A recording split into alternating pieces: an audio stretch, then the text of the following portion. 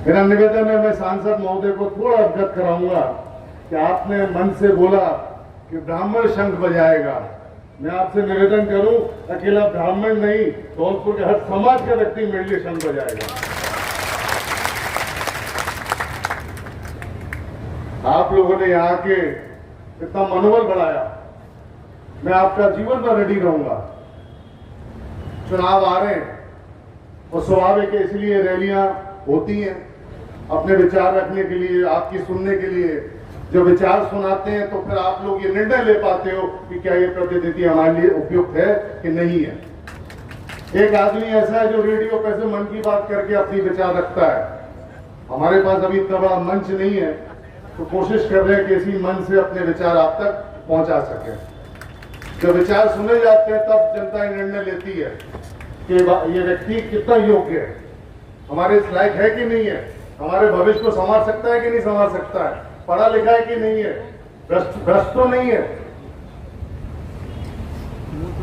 धौलपुर ने जिस प्रकार से माहौल 2013 से बदला है, या जितने लोग यहाँ विराजमान हैं, यहाँ इस सब इस चीज के गवाह हैं। 2013 से पहले का धौलपुर कुछ और हुआ करता था, और 2013 के बाद दुर्भाग्य से पैसे का चलन, बाहुबल का चलन, जातिवाद का चलन जिस प्रकार से बढ़ा है, मुझे दुख होता है कि धौलपुर में इस प्रकार का माहौल डेवलप किया गया। 2013 के अंदर बसपा पार्टी से चुनाव जीता गया, 2016 के अंदर पार्टी चेंज कर ली गई, फिर 2018 आया, 2018 के बाद में फिर कांग्रेस में आ गए। कि किस प्रकार का मजाक बना लिया आपने। आप जनता को प्रलोभन देकर, भोली वाली जनता को प्रलोभन देकर अपना वोट लेते हैं। उसी वोट को, उसी वोटर को आप जो है सौदा करके आप सरकारों को बेच देते हैं। विश्वासघात है। जनता जिस भरोसे से वोट देती है कि ये व्यक्ति किसी भी हालात में हमारी सेवा करेगा, आपने इस पद को पैसा बनाने की मशीन बना लिया है। बहुत से लोग बात को नहीं जानते होंगे, मैंने जीवन में इस प्रकार का भ्रष्टाचार नहीं देखा। मैं बचपन से एक राजनीतिक परिवार में पला बड़ा हूं, लेकिन आपसे सत्य कह रहा हूं, जिस प्रकार से पिछले 10 साल के अंदर भ्रष्टाचार हुआ है, मैंने जीवन में न सुना है न देखा है। सुनते थे हम कभी यूपी, बिहार, महाराष्ट्र की कहानियां,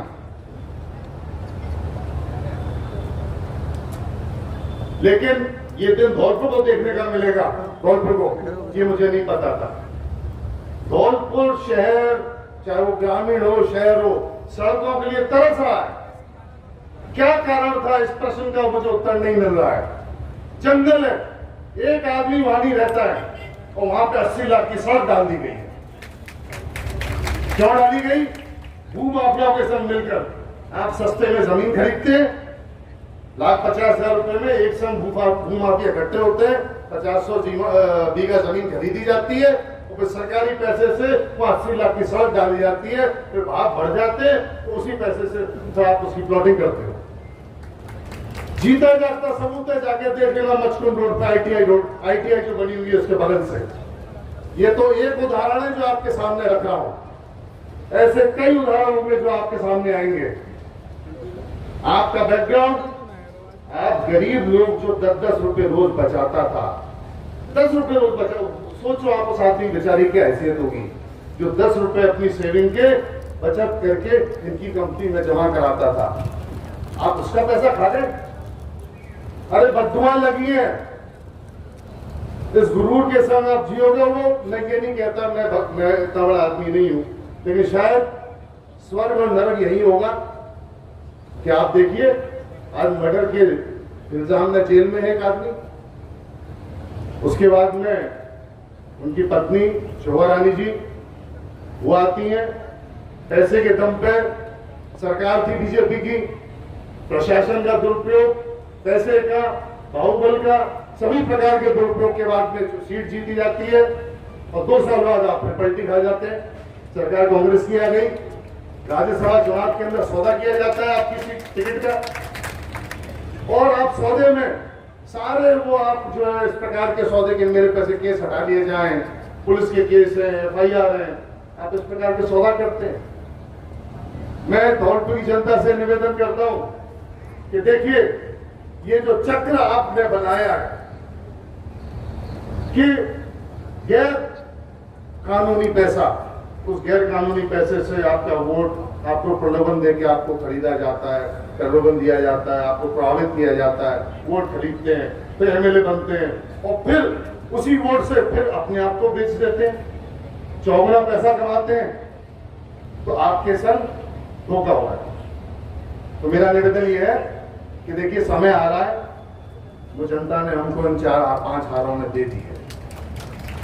मेरा निवेदन है, मेरी इच्छा है मैं आप लोगों की सेवा करूं, मुझे एक मौका दें, मुझे परखें। मेरा चेयरमैन का कार्यकाल आपने देखा है, एक आदमी कह दे कि रितेश तेरे कार्यकाल में गलत काम हुआ, मैं आजीवन राजनीति से संन्यास ले लूंगा। एक आदमी कह दे मुझे उठा के, 70 साल के इतिहास में परिवार इतिहास, एक आरोप नहीं है हमारे परिवार पे।